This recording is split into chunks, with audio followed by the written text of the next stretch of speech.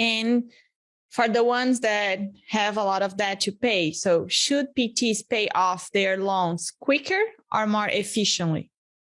Yeah, that's a tough one. And I think it's going to be different for everybody, right? So originally, when I wrote my book, my goal was to have all these little side jobs that I have and side hustles and just take all those big chunks of money that I'm making and put it toward the $140,000 and pay it down as quick as I could, right? Well, then I kind of talked to a certified financial planner and I was like, well, this doesn't necessarily make sense for me if I'm looking to try to take some money now and invest it along the way.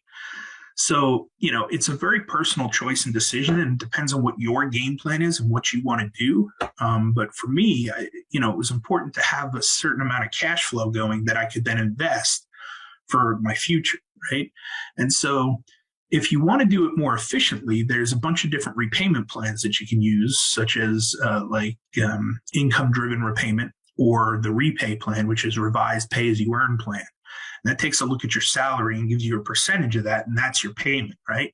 So if I were just to do the standard repayment, my student loans, I think, would have been $1,700 a month, which is a mortgage nowadays, right? That's rent. That's a lot of money. Mm-hmm. So when I went down to the income-driven repayment plan, it dropped it down to about $700 a month, which better, right? That's a little more breathable. That's more doable, right? But then when I went to the revised pay-as-you-earn plan, it dropped it down to about $135 a month, stretched it out over 20 years. But at the end of those 20 years, whatever amount is left, I get forgiven, but I then have to pay the taxes on it. So the way they forgive you is they count it as like salary for that year. So whatever's left, let's say it's $90,000, I'm going to have to pay taxes as if I made that $90,000 in salary.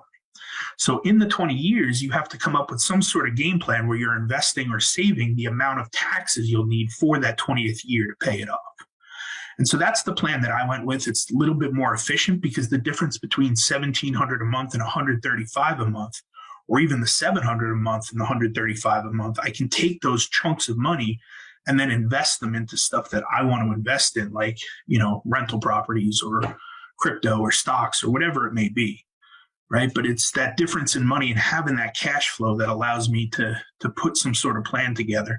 And then I can kick a little bit in the, off the side as well into some sort of mutual, program that'll end up paying enough money to cover that tax plan when it comes around in that 20th year.